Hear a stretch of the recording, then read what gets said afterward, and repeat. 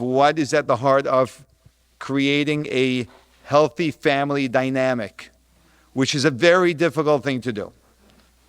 So, some of you, just mute everyone, okay? Some of you think that your family is a challenge. So I just want to let you know, every family is a challenge. It's like my marriage. I don't know. It's everyone's marriage. Every marriage is a challenge, requires work. And if we have the right guidance and we put in the right effort, then beautiful things can happen. And it remains work. It never ends. That's just for some encouragement. So we're going to be discussing family bliss, how to make a family into a blissful experience, the family unit. A family unit is very, very important. A family unit is really important. It's interesting that at different stages in life you experience the family unit, maybe I'm going to say more, the importance of it more and more. And I'll say that the more mature I get, that's my way of saying the older I get. So the more mature I get, the more I'm realizing how important and beautiful family is. Family offers love, which we all need. It offers support, which we all need. It offers belonging. There's a place that you absolutely always belong. And if a family doesn't give us that feeling, then the family unit is not functioning, in the best way it could, for sure. And the dividends that we get from being part of a family unit will depend largely on the investment we're making, and that's going to be a big key tonight. How to make a proper investment into family. So we're going to use the family tree as a metaphor, as you can see on the screen. Please, please, please. Someone say a prayer. Nourishing nutrients. A tree needs nourishing nutrients. A tree needs abundance of water. A tree needs warm sunlight. There are some things that a flourishing tree is going to need in order for it to flourish. And if we don't have those things, it will not flourish. A family needs certain ingredients. And without those ingredients, it will not flourish. And I want to say this at the outset. I'm going to repeat. I don't know if I said this last week. I know I've said this in other classes. I need to repeat this many times. I was sitting with a young Israeli guy, and he was he was out of the army for a couple of years. Did the Israeli post-army thing, traveling around the world, sort of trying to find himself, and was a little bit lost. And he was here by a relative, and the relative asked if I can speak to him, so we met. Really nice guy. And I gave him a suggestion. Now, the suggestion I gave him was to say the Moda Ani prayer right when he wakes up in the morning. And he asked me, are you telling me to say that because as a rabbi, you're supposed to tell me to do religious things? And that's a very good question that an Israeli will ask me, but an American will never ask me. An American will only think. So I really appreciated that he was upfront with me, right? And I'm not surprised, right? Because that's part of the challenge I try and overcome. And actually, the fascinating thing is that he asked me this question after I had just told him, I'm not telling you this to tell you to do something religious. I actually explicitly told him that. And then he still asked me the question, which means he was so entrenched in the belief that I have an agenda, and that is to get him to do religious things. So I want to say also that when people would come to the Rebbe for advice, the Rebbe would tell people to do religious things, but he never told them to do religious things because he had an agenda to get them to do religious things. He told them to do religious things because that was the answer. And this is part of, I want to emphasize this point, and we may have it later in the class, but this was really the conclusion of last week's class when we said, why would people go to the Rebbe to ask him for life guidance? And the answer was that the Rebbe's advice stemmed from the conviction that everything is ultimately sourced in Torah. In other words, Torah is the blueprint of the universe. That's what God used without elaboration right now, that's what God used as a blueprint in how to design the world. So actually, when we believe that there is religion and then there's me living a beautiful life as two separate things, we think that spirituality and physicality are two separate worlds, and they're actually not. And our job as Jews is to demonstrate to the rest of the world the integration of the two. In fact, if the two are not in harmony with each other, we have conflict. If the body and soul are not in harmony, we have conflict. One of the reasons why the Rebbe was the most sought after individual for guidance is because, whether people knew this or not, but the reason why his guidance was so deeply appreciated was because he saw the world seamlessly, spiritual and physical seamlessly. They have to work together, and when they don't work together, there are going to be bumps. There's going to be misalignment. So when God tells us to do something, it's not like, oh, I have to interfere with my life. If we're doing it properly, then it actually will make our life beautiful. It's not possible otherwise. Okay? And even though it may take us time to understand that and appreciate that, if we're committed to that possibility, we begin to realize that more and more. So that's really important. I think the entire course is really built on this. And so the question is, if you go to, in your student book to page 54, and I were to ask you to identify attitudes, behaviors, and values. I'm sorry, page 30, my mistake. Page 30, go to page 30. I wanted to make sure you're listening.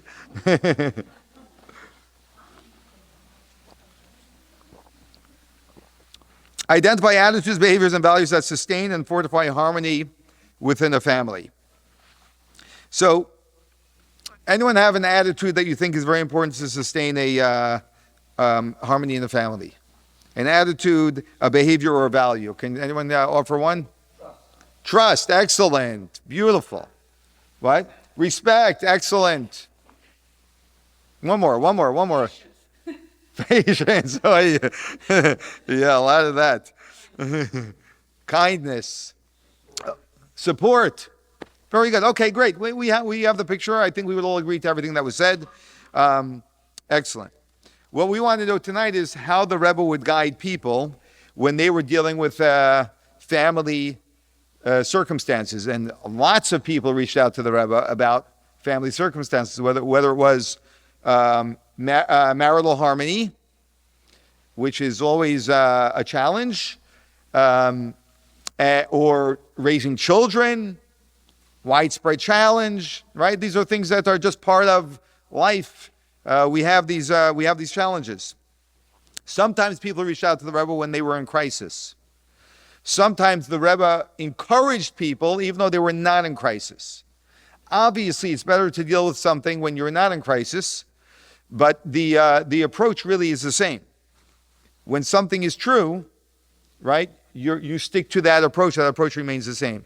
There may be certain things you have to do when someone's in crisis just to get them out of the crisis, right? But the overall approach is actually going to be the same. They say a story about a couple that went to a marriage counselor, and I'm always hesitant whenever I say a marriage joke, because I'm always concerned only half the room is going to think it's funny.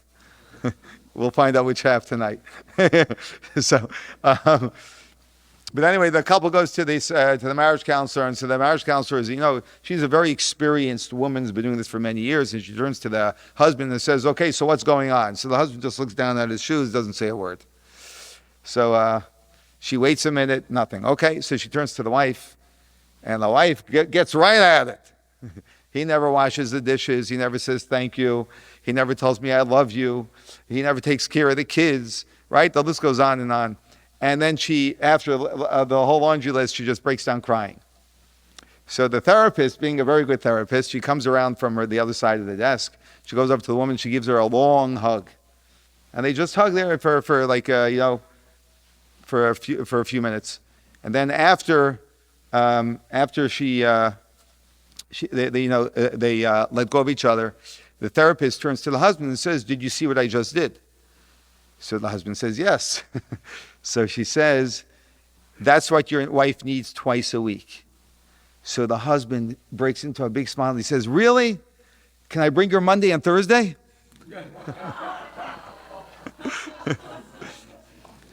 Yeah. Men, right? All right. Anyway, now if you got that problem, you got a problem.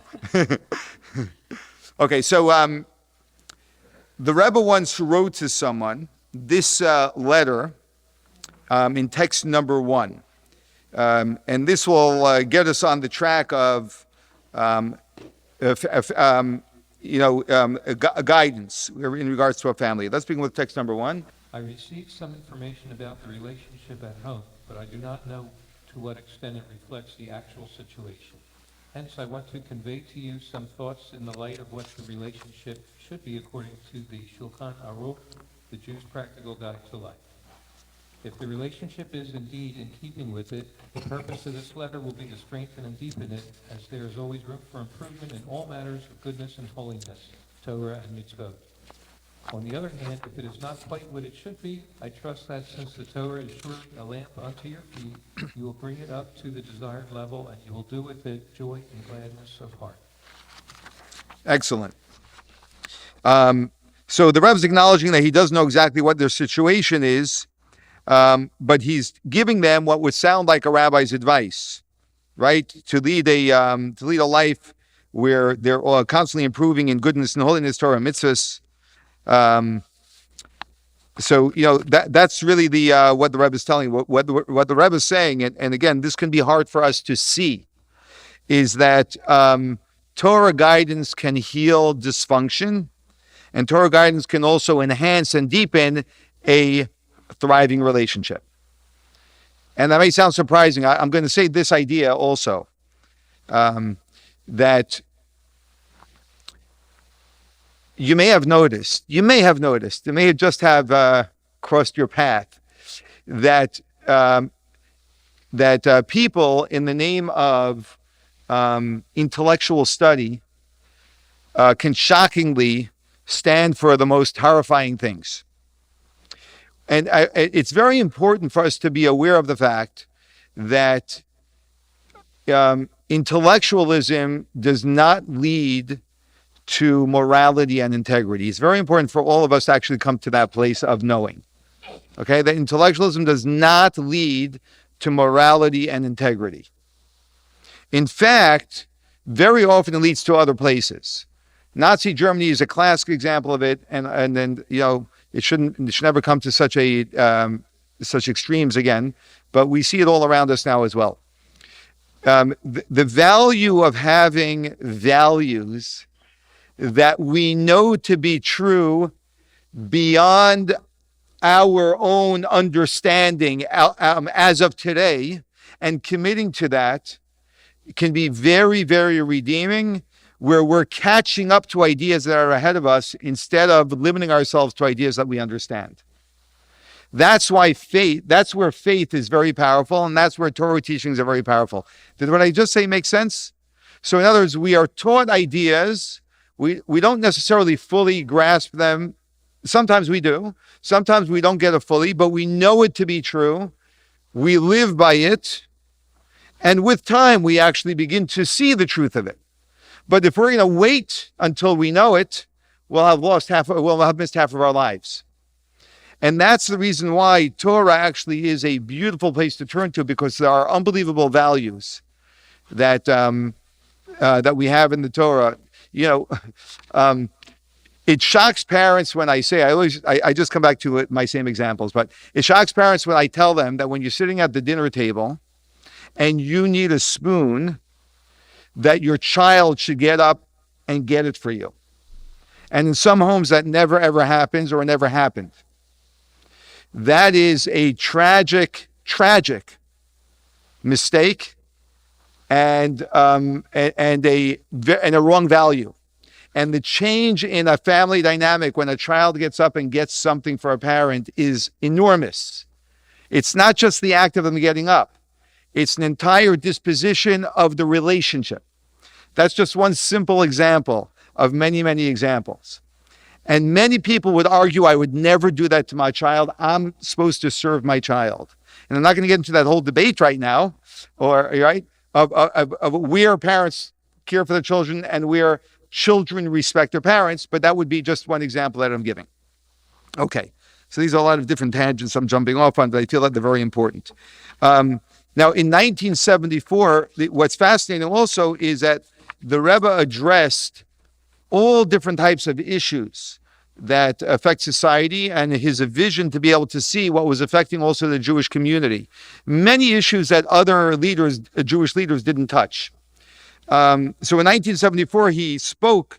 The Rebbe would speak many, many times throughout a year, and one of the times that he spoke at what we would call a Farbrengen, he discussed actually the cohesiveness of families, to having a cohesive family, and how the current times, the contemporary society, is actually a very big challenge to having a cohesive family. And I'm just going to say that contemporary times today in 2024 have not improved in regard to it being a challenge to developing a cohesive family. Actually, the challenges, I would say, are a lot greater, especially with technology.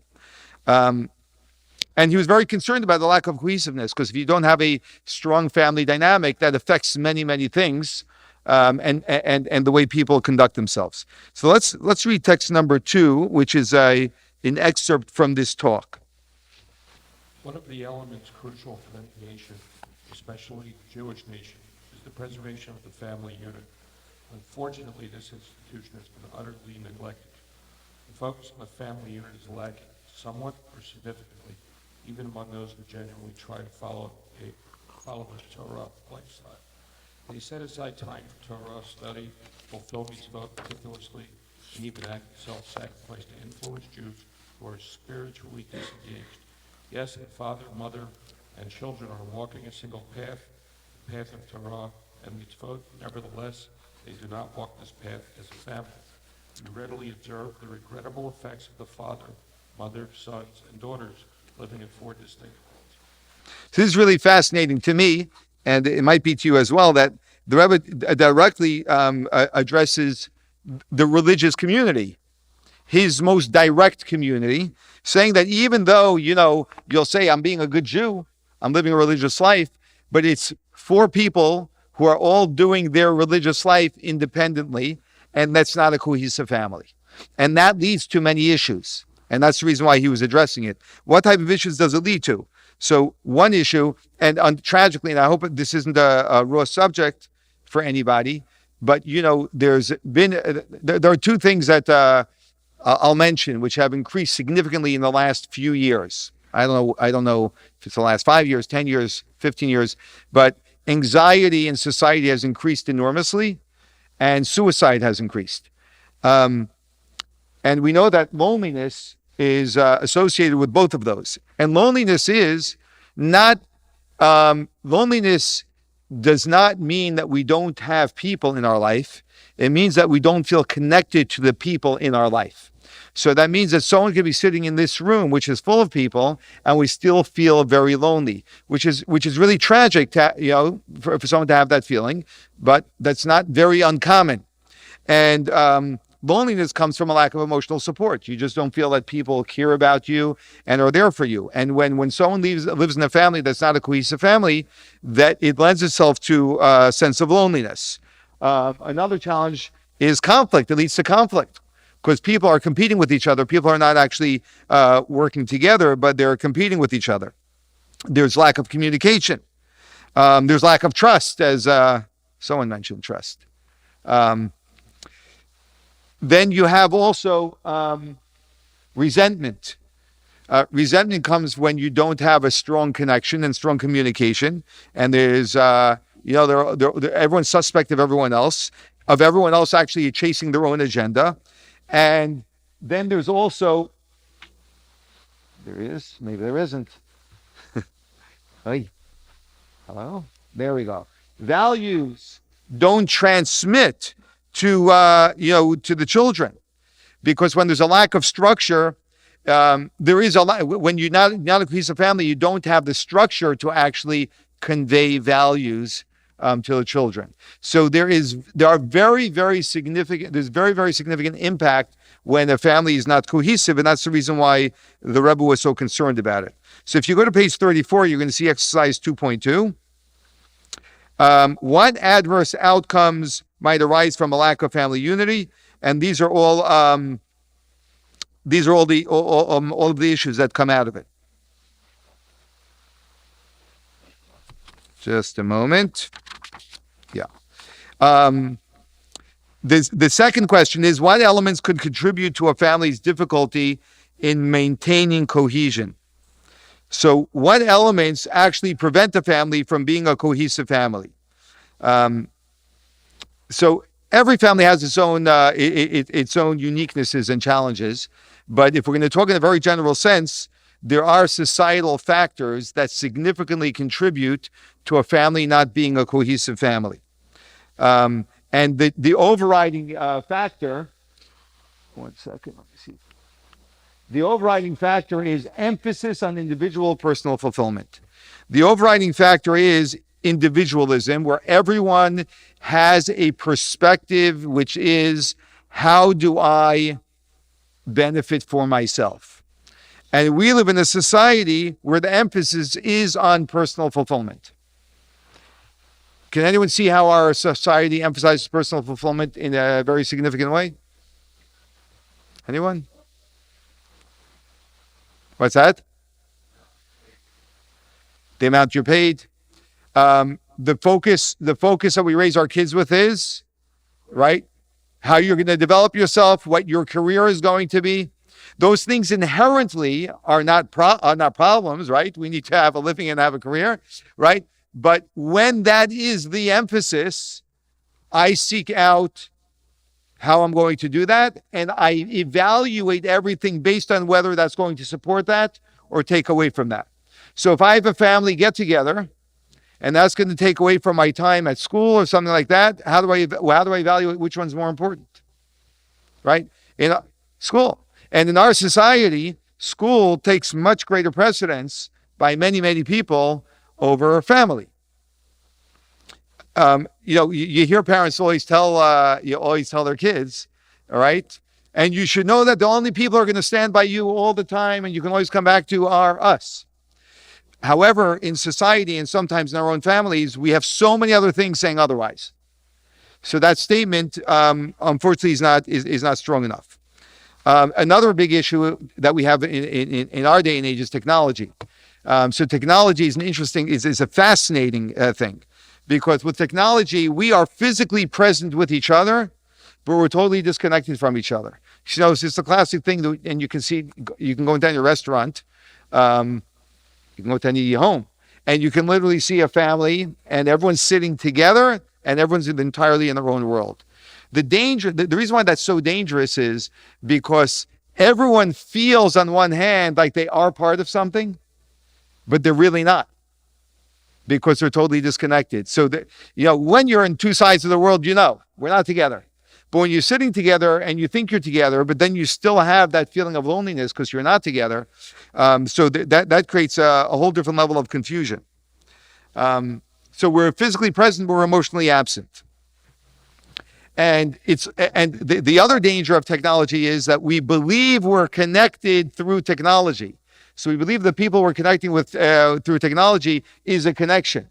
But there's no connection like a family sitting around a dinner table with no distractions, teasing each other, bothering each other, sharing ideas with each other, the whole thing. But all of that is connection. And that's very powerful, and that's family memories. And that's a family that sits 10 years later and they're laughing at all of these different things that happen. As opposed to people who don't have those connections, those memories. Another interesting thing. So, by the way, I want to emphasize, especially before I start the next one, individualism, right? Seeking a career, is that inherently a bad thing? No, of course not, right? But when that becomes the whole focus, then it becomes a problem, right? Is technology a bad thing? No, it's not. Actually, we do amazing things with it. When it works, it's amazing, right? But but when it takes over our lives, it's very destructive. So the other thing that we're lacking nowadays is motherhood. So we live in a world where there are a whole bunch of reasons why, but we live in a world where we need two incomes in order to support the family, where women for different reasons feel compelled to have a job, all different reasons. Some of them more valid than others, but the bottom line is it does affect the cohesiveness of a family. Because when you have a mother present with the family, then you have this building block which is critical for the family. So these all present challenges to a cohesive family. In the worst case, what's the result? A dysfunctional family, which I would say is not very uncommon. In the best case, it's a weakened family unit. And here the Rebbe is speaking to a community of people who actually have very strong family structures, because religious families have very strong family structures, and yet he was pointing out to them that their family unit actually is weak because all of the different modern challenges. So we're gonna see a few guiding points from the Rebbe and how he addressed how people should deal with this. But let's first focus on the Torah's concept of a family. And we're going to start with our first video.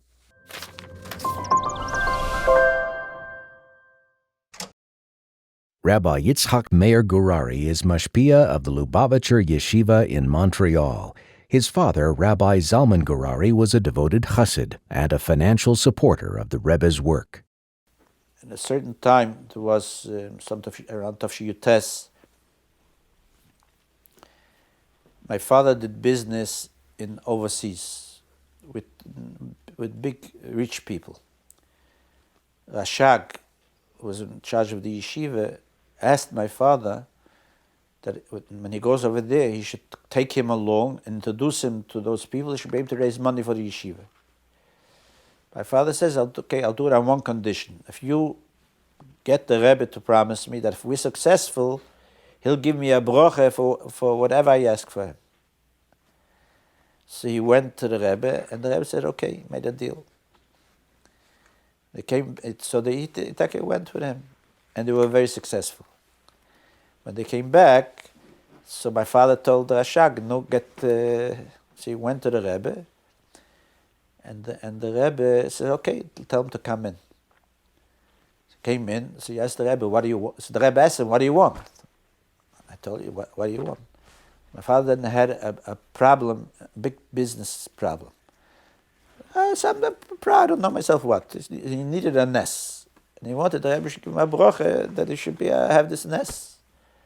So the Rebbe said, you have a chance to ausbetten alles, was du willst. Die erste Sache bet man, soll haben Nachas für Kinder. Die Kinder sollen sein, fromme Kinder sollen auswachsen, so wie der Rabbi will. So my father says, better this. I says, okay, they gave him a broche. I don't know if he gave him a broche for the business deal, that I don't know, but my father repeated this very often. I do remember sometimes, I don't know if it's transcribed, but I have such a recollection, that the Rebbe once by Fabrengen mentioned that the Nusach HaBroche, Bonach Hayim Zoyne Reviche, that he uses. The Rebbe uses very often a broche, Bonach Hayim Zoyne Reviche. So it's with a diuk tafke, because Bonne, Nachas from children, is much more important than even Gesund. And Panosa is the third. The Rebbetzin loved the Rebbe with all her heart. I mean, the Rebbe loved the Rebbetzin with all his heart. He always showed great concern for her. And he was always telling me, please go after this visit immediately to the Rebbetzin to reassure her that things are okay, because she's always so worried. And vice versa, the Rebbetzin just had such a great admiration and respect for her man. The Rebbe cherished his private tea party with the Rebbetzin. The Rebbe said that he equates the importance of the tea party with his wife on a daily basis with the necessity to put on tefillin. Il faut la marier aussi. La prochaine avenue, don't postpone it. God Almighty bless you. Ça, c'est mon directeur en Suisse, Yeah. à la Banque multicommerciale à Genève. ברוך והצלחה. ברוך והשידה. אני בקור מאמה שלי. Thank you very much. We are always good partners. I am very glad. Yeah. You can sell him, it is a good for the fame of the bank, it is good when they see the director, he has a happy family life. C'est le directeur fait un happy family God life. Almighty Okay. bless you. Thank you very much. ברוך Thank you. והצלחה.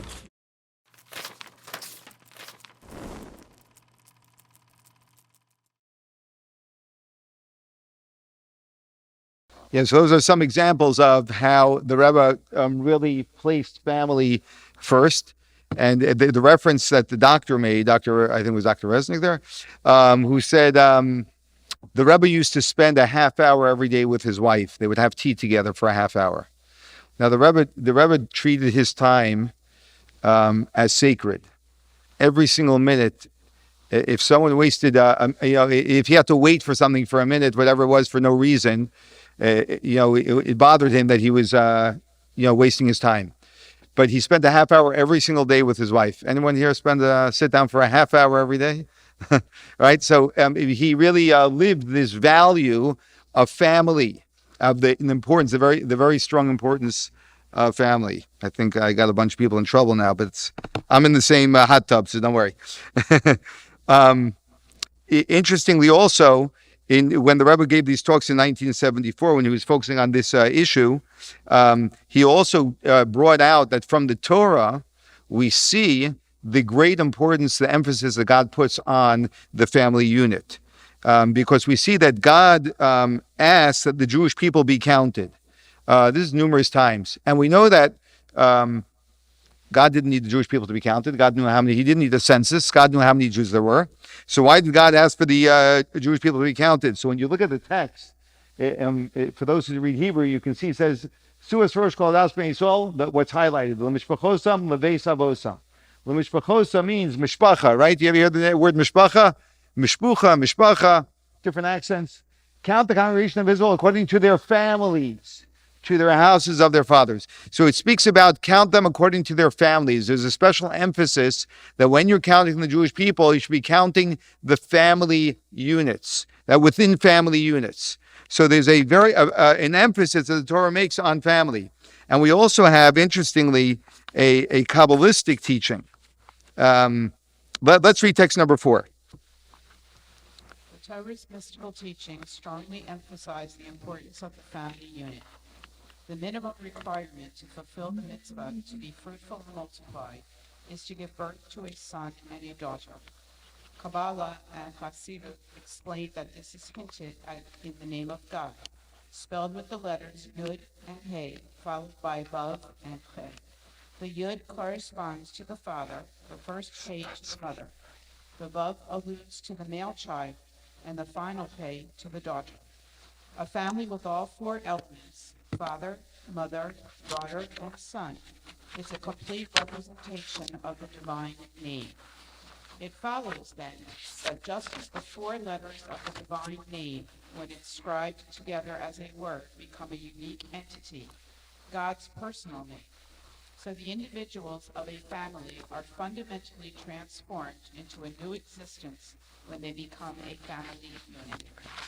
So what this is demonstrating is that a family in a certain way corresponds to this essential name of God, which is the Yud, the Hey, and the Vav and the Hey, which represents man, woman, man, and woman. And I'm not going to elaborate now on it, but it's, Kabbalistically, the first letter is masculine, the second letter is feminine, third letter is masculine, and fourth letter is feminine.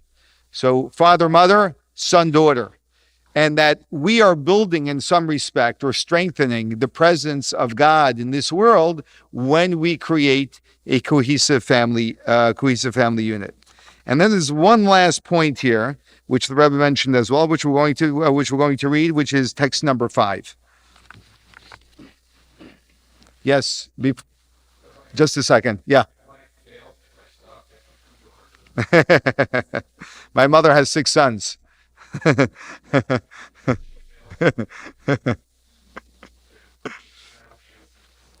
Who chooses whether you have boys or girls? Hashem. So it's not a choice. Have you done what you could? So that's all we can do. We're not going there now. Yeah. There's as I always say, we work in the efforts department and God works in the results department. So results are not on us. Go ahead. In communicating his directive to build a holy temple, God says, build for me a temple, and I will dwell within it. Our sages noted the anomaly that the verse says within them, the Jewish people instead of within its temple. This informs us that God wishes to dwell not only in his temple, but also within each of us. In truth, God's dwelling within us is not a secondary objective, but the primary objective of his directive. For if God's primary home were the temple, the Torah would have stated clearly that God would reside in it, while at the same time finding a way to hint at the concept that God also dwells within us. Instead, the verse is, in this case, is clear. The Torah states openly, I will dwell within them, indicating this is the primary objective. The opening of the verse, build me a temple, is simply a method by which the primary goal of dwelling within the Jewish people can be achieved. Where the physical location of God's dwelling among us, in a home where father, mother, sister, and brother form a cohesive family unit. So what he's pointing out is, I just want to clarify this if you missed it. The verse says, make for me a temple and I will dwell in them. Grammatically incorrect. You got that one? Build for me a temple and I will dwell in it. Why does it say I will dwell in them? That alludes to the idea that every single family is, in every single home, is a mini temple. And God says, build for me a temple so that I will dwell in them, in all of the Jewish homes. And God dwells in the Jewish home when the Jewish home is a cohesive unit. The family unit is God's method of choice for how to change the world for the better. Because when we are a cohesive unit, that we are bringing the right presence and the right dynamic to the world around us. If you think for a moment about if you've ever been to Israel. If you've been to Israel, can you raise your hand for a second? Okay, so most of us have been to Israel.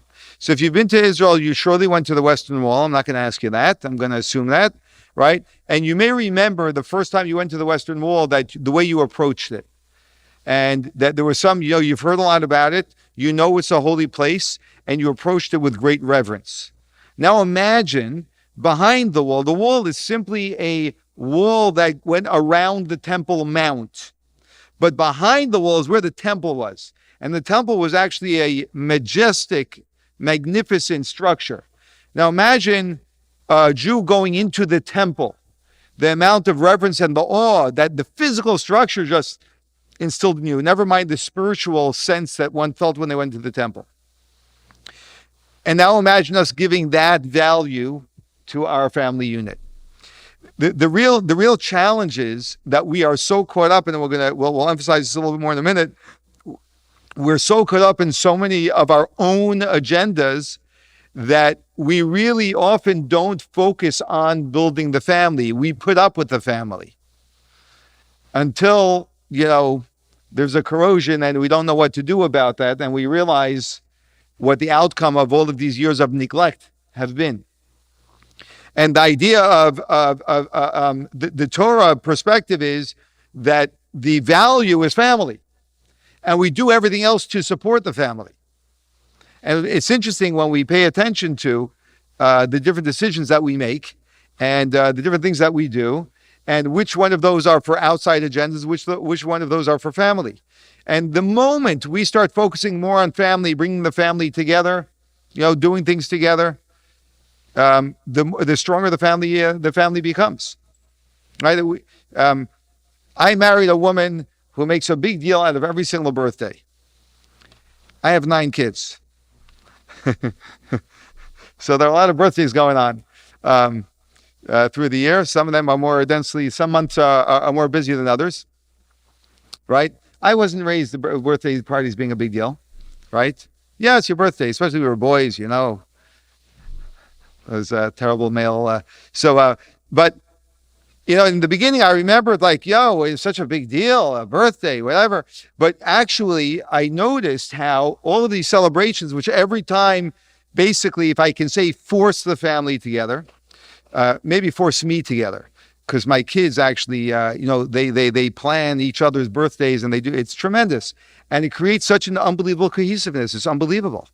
It's just amazing what these birthday parties do.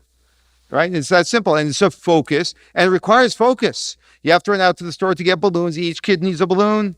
Each kid needs the tablecloth and the cake and ice cream, whatever you're getting for the. It's a real focus, and life is really hectic, right? But a birthday never slips by, because that's a priority, and that actually builds cohesiveness. That brings the family together. Let's watch this video.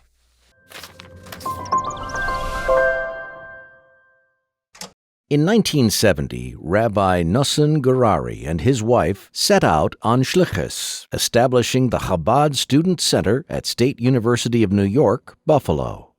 On the first year after I was already in Buffalo, I went in with my late wife to the Rebbe, and the Rebbe gave tremendous brachas.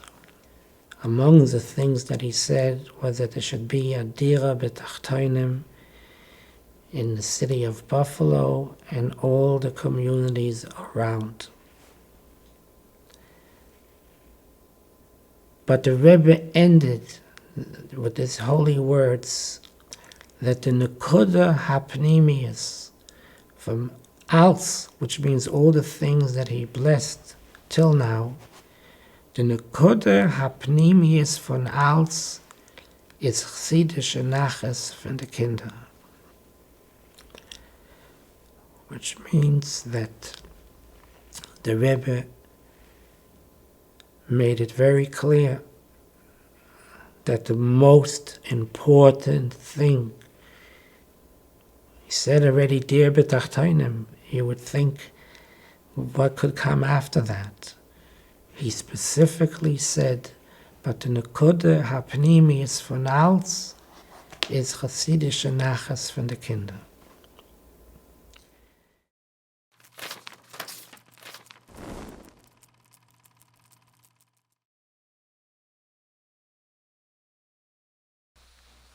Okay. So I don't know if you ever, I'm sure you've heard this phrase, what have you done for me lately? There's an attitude that many people walk through life with, and that is with this attitude. What have you done for me lately? And that can easily, we can have an attitude about our family, which is, what am I getting out of my family? And that's how much I will invest in my family. And that changes with time, and actually it diminishes as we get older. At least we sense that it diminishes as we get older, because when we look at it from that point of view, what am I getting? We're not really seeing the deep benefits that we get out of belonging to a family, and we just see what am I getting out of it, and that diminishes, and therefore we check out more and more. But the main thing is, when we have that attitude, that actually destroys the fabric of a family. That very attitude destroys the fabric of a family, because it's not that I have any interest in the family other than what I benefit from the family. And that's sort of what society feeds us. What can I gain? The work is not always worth the benefit. So I feel like I'm putting in all this effort for the family, and what am I getting out of it? Very little. But there's another question that we can ask, which is the Jewish way of approaching a family, and that is, what have I done for my family lately? Right? Investing in a family is crucial to my purpose. Then the effort is small and the results are great. The effort feels much smaller and the results feel much greater, because we see family as a purpose. That in and of itself is of tremendous value. If we were able to sense on a more frequent basis the value of the sense of belonging and the emotional health that one gets from a sense of belonging, and that's probably the best thing we can give to our children. Let's just talk about it from that point of view, right? Then the trip to Disneyland is far less important, right, than making sure that we're celebrating every birthday party, every birthday, right? Or whatever other example. We'll use some other examples soon. One big example we'll focus on is making a Shabbat dinner. And what that will serve to everyone in this unit, and that everyone will thrive and feel so much happier by doing this. When we take a few minutes to think about it, then we realize that. There's another strong point that the Rebbe made to numerous people in letters. We're going to read a couple of them, and that is that when a couple is in disagreement, that's a nice way of saying it, right? When the couple's in disagreement and they're, it's really bad. Like, they're not reconciling this to the point that they wrote a letter to the Rebbe. They don't know what to do, right? The Rebbe essentially told them that what should your focus be? What's important right now? What's important? What's important is the family unit. Create peace. Even if you are, although this is very, very, very rarely the case, right? Because you're not foolish enough to marry someone that foolish. So clearly, it's very unlikely that you are 100% right and they're 100% wrong, right? But even if that was the case, because in your mindset now, you're so convinced that that's the case, right? Be wrong and have family harmony than being right and having strife. That's radical. I think it's radically beautiful because the peace is far more important than the being right. The Rebbe told this to countless people. Let's read text number 6. I trust it is unnecessary to emphasize to you at length that the Jewish way of life, together with its customs, etc., is not only very significant in general, but also in every detail and in the very order of things. In light of this, it becomes obvious how important are peace and harmony between a husband and wife. Since the mitzvah of making peace between a husband and wife is counted among the mitzvot whose fruits a Jew enjoys in this world, while the capital remains for the world to come. These are mentioned right at the beginning of the Siddur, together with the morning blessings, which are said even before starting the actual morning prayers. With this approach in mind, it will prove somewhat easier to understand that even if one party were to be completely in the right, or almost completely in the right, while the other party is completely in the wrong, or almost completely in the wrong, it would still be incumbent upon both parties to do everything in their power to restore peace and harmony. As to the situation itself, namely who is right and who is wrong, I cannot, of course, go into this, nor is it necessary in light of what has been said above, for the important thing, as already stated, is to strengthen the family ties, this being the overriding consideration. However, it would be well if you could find a mutual friend before whom both of you could unburden yourselves in a frank exchange of greetings. It is possible that an outsider, who at the same time is a friend, might see more objectively and find the best way to straighten things out, and in the soonest possible time, so that once again, peace and harmony may reign in the home. Beautiful. So the Rebbe doesn't ignore the fact that they have an issue where he gives them a good approach to resolve it, but he starts with the attitude, what the attitude should be. Let's read text number 7, which is similar as well.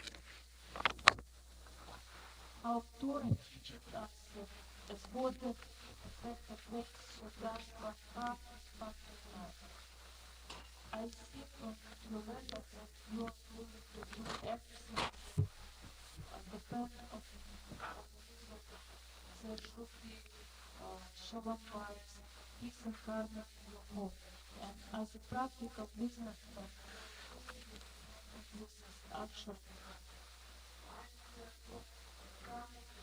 the above question of the door to fulfill also the presence of kids.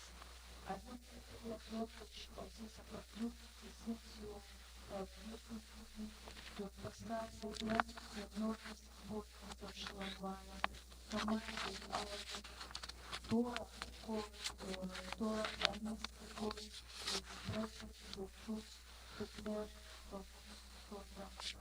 There is an husband and wife of worship the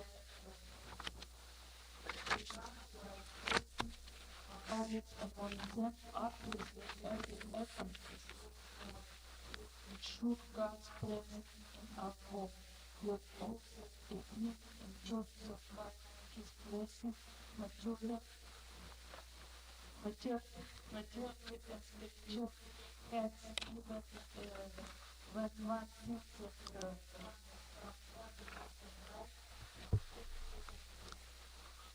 conciliate with the state of the abiding dynamic of God. There is also assurance of our status in that matter. That God will succeed. Okay, excellent. So what we have, if you look at the screen here, the Torah's model, willingness to invest. When we put our family first, then we are willing to invest in our family, which takes time, which takes commitment, which takes resources, which we have to pull from other places. We can't be everywhere at one time. There's compromise. We're willing to compromise because our family unit is very important to us. We take the first step toward reconciliation. We're not waiting for the other person to say they're right, to give in, but we're going to be the first ones to give in, and we make things work. So we immediately see ourselves behaving differently the moment we actually make our family a priority. So there are some practical suggestions that the Rebbe actually gave to people. One of them that he spoke about then, which I'm just going to paraphrase in text number 8, and that is capitalizing, as I mentioned earlier, on Shabbos dinner. It's a really simple thing. I've advised this to many people. It's really, really simple, and it's a game changer. And on Shabbos, we don't use technology. So Shabbos, at least for Shabbos dinner, no phones by the table. I know there are certain families where they have these dinners where everyone has to drop their phone in like a box or something before they come to the table. Beautiful. Shabbos dinner. You learn how to do the Kiddush. You can do it from transliteration. You buy 2 challahs. You have Jewish rituals so that the kids are being embedded in an understanding that they belong to a tradition, that there's a God in the world. If you want to advance it, you prepare certain ideas that you're going to discuss at the table. But just the very fact that the family is together strengthens the family significantly and is a very, very powerful thing for a family to do together. There are many people raised in America today who cannot say that they ever sit down with their family and actually just share each other, share ideas, share thoughts, share feelings. And you can imagine how isolating that feels. Thank God, I think and I hope that for every one of us in this room, that's not a foreign experience. But that is a foreign experience for many, many people, unfortunately.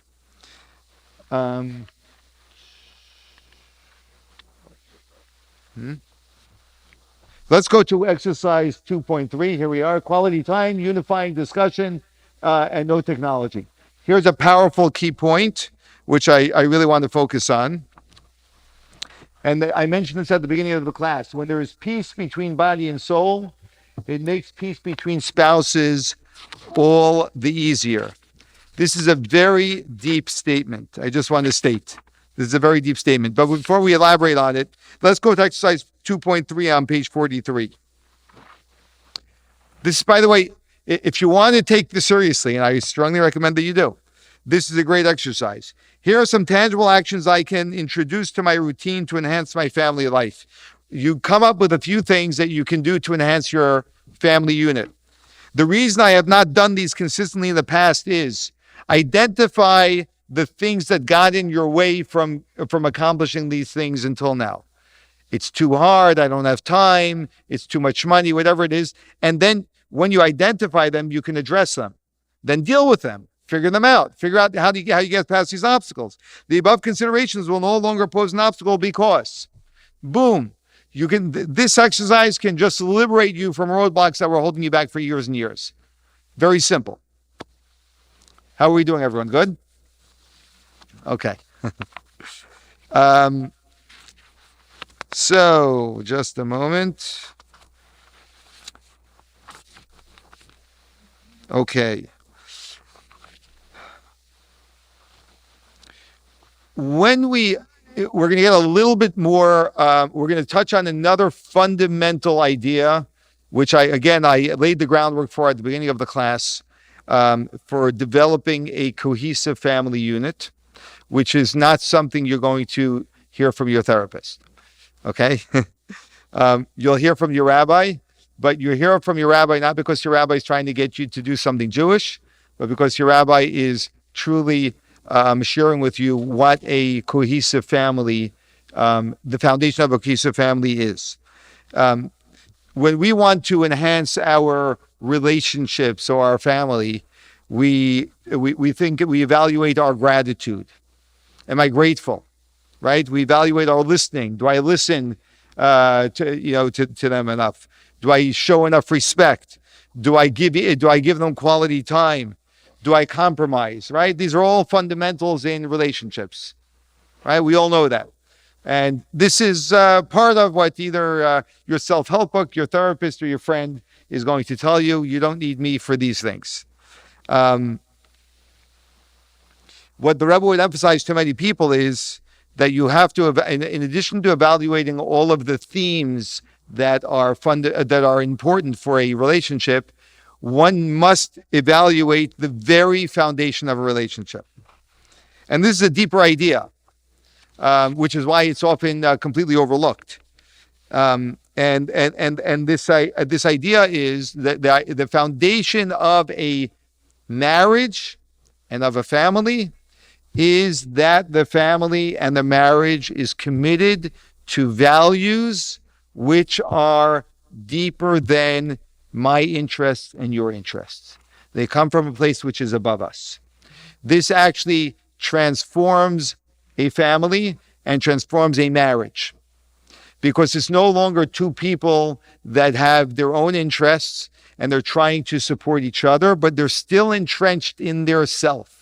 It's now the two of us meeting together at a higher point, even though we do have self-interests. Even though I'm a man and you're a woman, right? Which is very different. But we meet at a higher place together, and we're committed to those values together that brings people together in a powerful way. Until we have that, we have two competing individuals who are working together, or are working as hard as possible to get along. And some people are better at that, some people are worse at that. But when we have something in common that draws us together, that's unbelievably powerful. And that's why the presence of God and the presence of faith in a marriage actually is very powerful for the marriage, very powerful for the family. Like when you have a family of faith, everyone knows we're doing this. It's like not questionable because everyone's bought into this, and it's not what I want versus what you want. We all want that. We're all committed to that. Very, very powerful. Yes.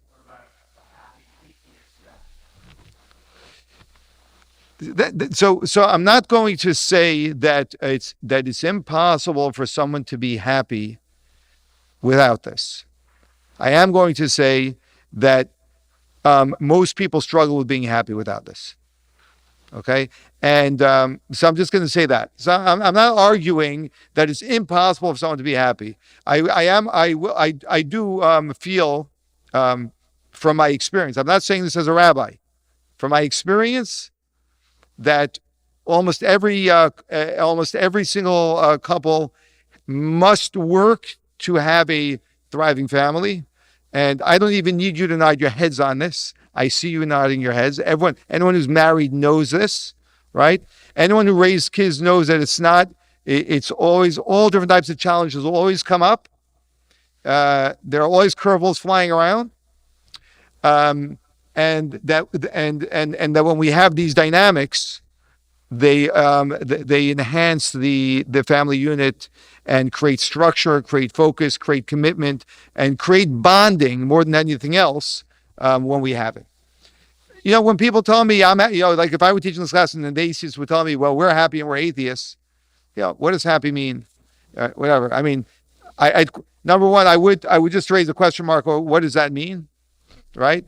And also good if you are. God bless you. I'm happy you're happy. I mean, I hope everyone's happy. Right? I'm not looking for people not to be happy. I just do believe that this is fundamental. Did I answer your question? Yeah.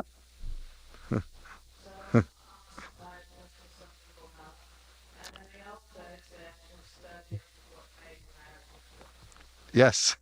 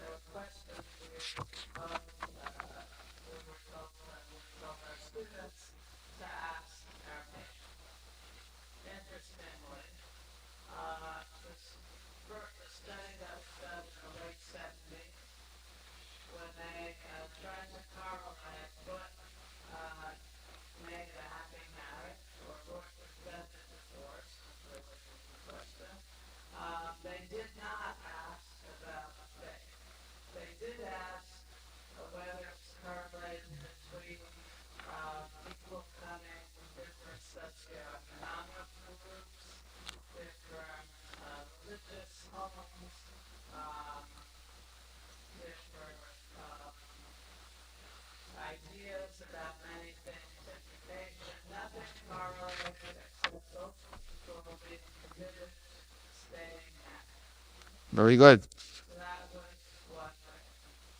Which is also somewhat of a religious idea.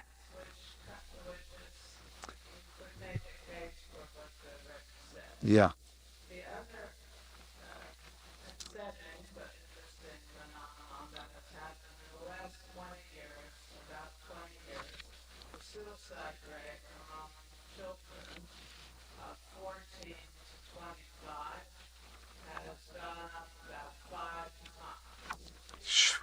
It's enormous.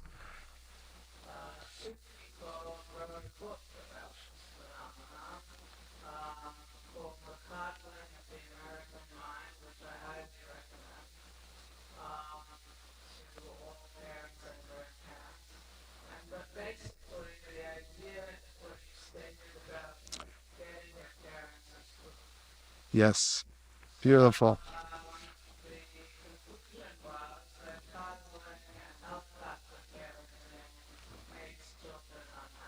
Yes. Excellent. Thank you, Naomi. Yeah. And let's read text number 9, and I'm going to elaborate just a little bit more. I want to cover a few more things. Who's got the microphone? Go ahead. I have miraculous pleasure of forthcoming marriage. I send you and your bride my blessings of mitzvot mazel tov, mazel tov. It is superfluous to underscore that from the moment of marriage, a new era begins in the life of two persons who have united into one to build together an eternal home among all people Israel into prosperity. And it is the case of building a physical home. The important thing, even to those who otherwise attach much value to external appearances and superficialities, is the solid foundation upon which the entire edifice is to rest. And so and more so in the case of the spiritual home, the important and vital conditions are not to be found in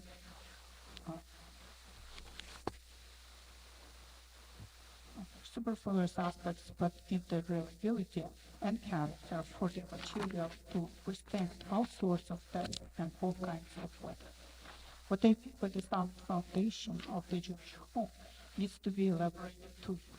Throughout the ages, the Torah and mitzvahs have been the solid foundation of our people and have given us courage and strength to endure the most terrible inhuman persecutions and tests to the limit of self-sacrifice and martyrdom. This power of self-sacrifice for Torah and mitzvahs have made us indestructible. It is my heartfelt wish to you, and I'm confident of it, that you and your children, one, will together build your home from the start upon the solid foundation of Torah and mitzvah, with an unshakable determination to make your home Jewish in every way, in thought and in deed. This assures yourself real happiness, Jewish happiness. Very good. Thank you. So, it's similar to the idea that the Rebbe tells a couple that even if you're 100% right, choose being happy over being right. Choose your family's cohesiveness over your own self-interest, right? In the same way, when we are dedicated, the enemy of family, the enemy of relationships is selfishness, or to use a different type of word, self-orientation or self-focus. That is the enemy of relationships and then the enemy of family. So when our family is committed to something, which is not my interest, not your interest, it's a value that we share together, that immediately dispels that self-focus, and that immediately strengthens the family.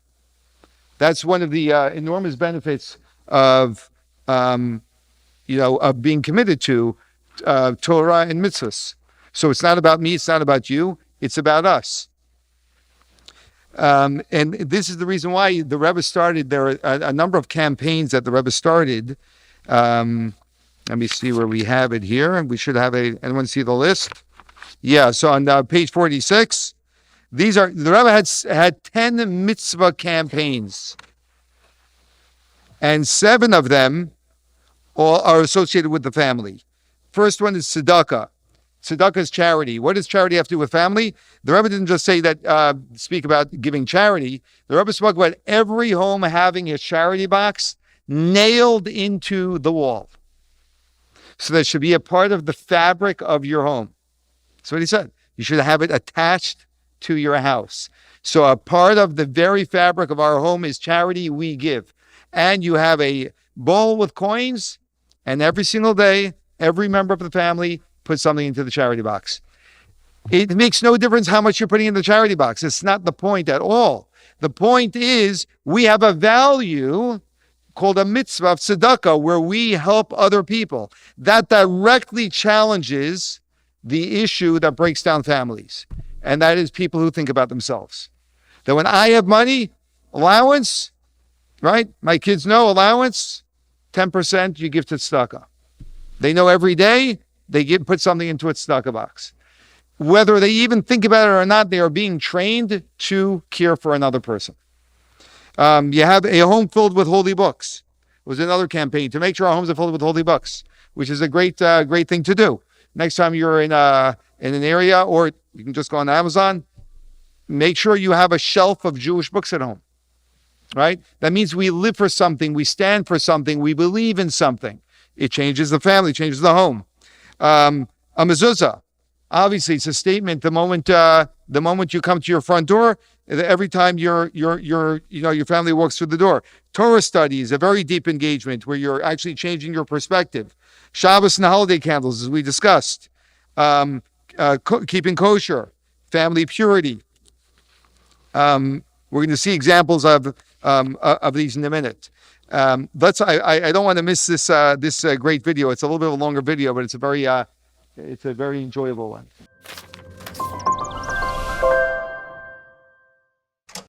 In the late 1970s, Charles Ramat had a number of audiences with the Rebbe. During one of these meetings, he asked the Rebbe about something he was struggling with. I told him, Rebbe, I'm having a crisis of faith. I really do not believe. I love Judaism. I love a lot of the rituals, but for me, they're nostalgic. How do I find true faith and true belief? And it's almost like we had philosophic discussions, but they were the things that were really bothering me more than should I invest in this property or should I invest in that property. And the Rebbe's responses were absolutely deep and incredible. And they were tailor-made to me. It wasn't a system that he said, you have to go into this system and you will be better. He really, I felt, was speaking to what would work for me. And he asked me, do you keep kashrut? And I said, no. Which, by the way, took a lot of guts to sit in front of the Rebbe and say that. It was actually a terrifying moment. But, you know, my relationship was based on total honesty. How could you lie to the Rebbe? He says, do you put on tefillin every day? I said, no. He said, so I'm going to ask you to do one thing. If I ask you to do one thing without any precondition, will you do it? I said, yes. Anything you ask me, I promise you I will do it. He says, will you and your wife agree to light Shabbat candles every Friday night while you're married? I said, done. And we weren't at that point. We have never missed in half a century lighting Shabbat candles. My children, when they grew up, even though they went to secular schools, Friday night and Shabbat, not the day of Shabbat, but Friday night was sacrosanct. Nobody went out. When my kids were teenagers, no parties. I had all kinds of business meetings, dinner invitations, you know, fun things to go do. Friday night is Shabbat, we're home. We never missed lighting the candles. And I would say that simple mitzvah, which is one out of, 500 that I'm not doing, has kept my family on a Jewish path throughout our lives. Shmuel Abramson works in special education and lives in Monsey, New York. As a college student in the mid-1970s, he decided to reconnect to his Jewish heritage. When I later transferred out of my school because I became interested in, finding the right path, and at one time I was going to come to yeshiva in Crown Heights, and at the last minute I backed out. I was confused. I didn't know what to do. I ended up going to Yeshiva University. It was there that I met my wife, and my wife had come from a modern Orthodox family, and we started seeing each other and growing together. When we eventually became engaged, we scheduled an appointment with the Rebbe. Now, I didn't know how it worked. I was told, put your name down on a piece of paper, put your mother's name down, that we're just going to give the Rebbe that, and the Rebbe's going to give us a blessing, that's it. But I didn't want to miss the opportunity. So, some of the details I don't remember exactly, but I remember that I took 2 pieces of paper. And one I wrote, I figured that the Gebayim, the secretary, is going to collect one and give it to the Rebbe, but I wrote on another one, Rebbe, I'd like to ask you some questions. We came in, the Rebbe looked at me, the Rebbe looked at the piece of paper, and he said, you'd like to ask me some questions? And the 2 questions I asked the Rebbe, the first one you have to realize again from where I came from and what I grew up with. I asked the Rebbe, even though I had in mind more than I had in mind the drug experience of other drugs, but it was capsulized. I asked the Rebbe, I said, I have 2 questions. One, is marijuana a legitimate means to religious consciousness? Okay. And the second question was, I said, how do I and my Kala achieve compatibility? I said these words, I said, my lifestyle in the past was beyond her wildest nightmares. And how do we achieve compatibility? So the Rebbe looked at me, and then he said, are these your only 2 questions?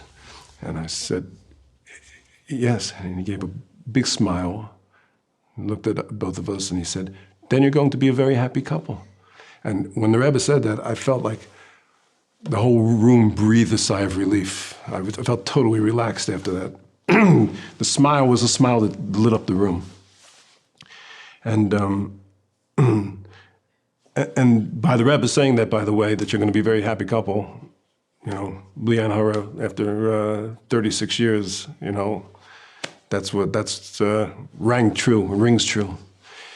The Rebbe answered the first question first that I asked, and the second question second. And he said in the realm of the compatibility question, he says, we need to have a common goal. He says, my goal, he said to me, is to strengthen my wife in Torah and mitzvahs.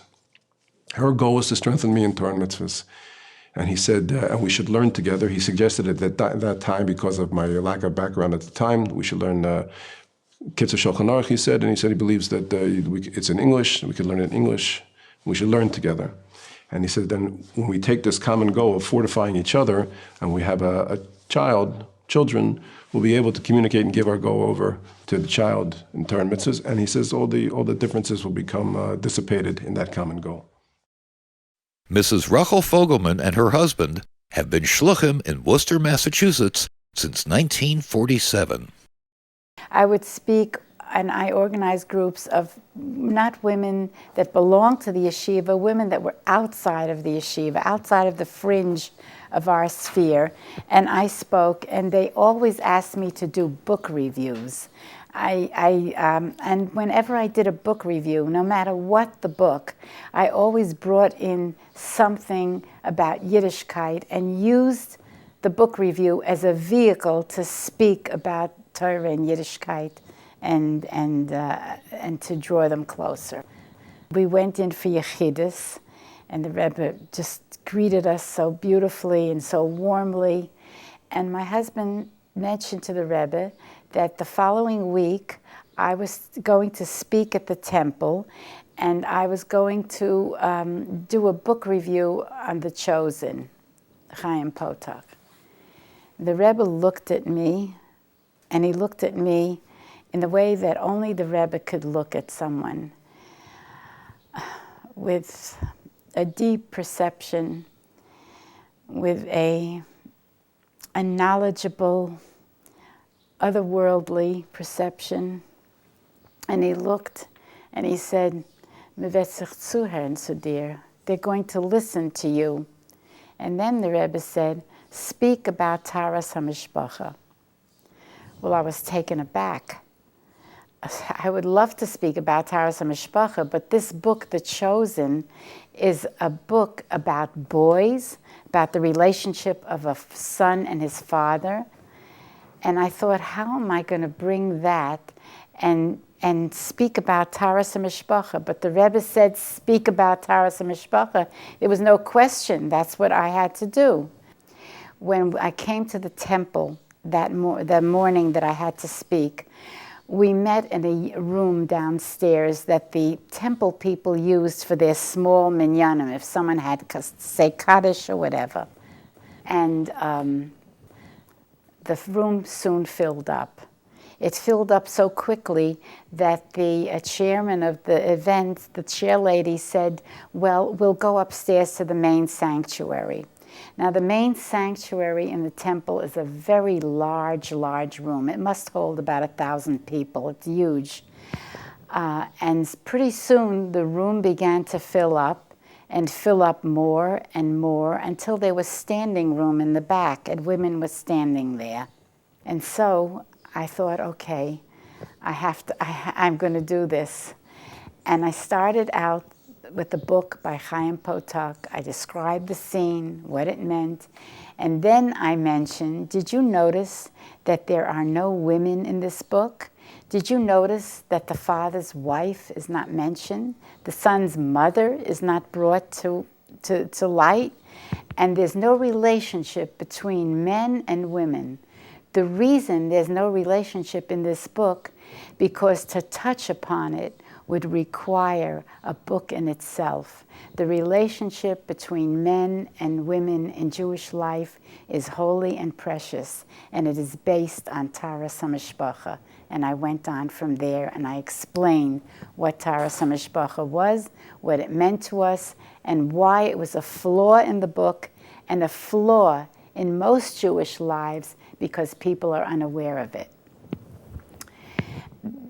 The audience was electrified. People called me up, women called me up, where is the mikveh that you spoke of? There was an old mikveh on the east side that was used by very few women. It was in such a decrepit old building. So what we knew, we needed a new building, and this started a campaign for a new mikveh building. That was how it began, and ultimately we built a mikveh here in Worcester. We have to realize that koiches pnimium, inner strengths that the Eibishter gives us, is what the Rebbe sees in us all the time. And he strengthens us in such a way and directs us in such a way that those koiches pnimium are brought to a fruition, that they have positive and actual results in reality.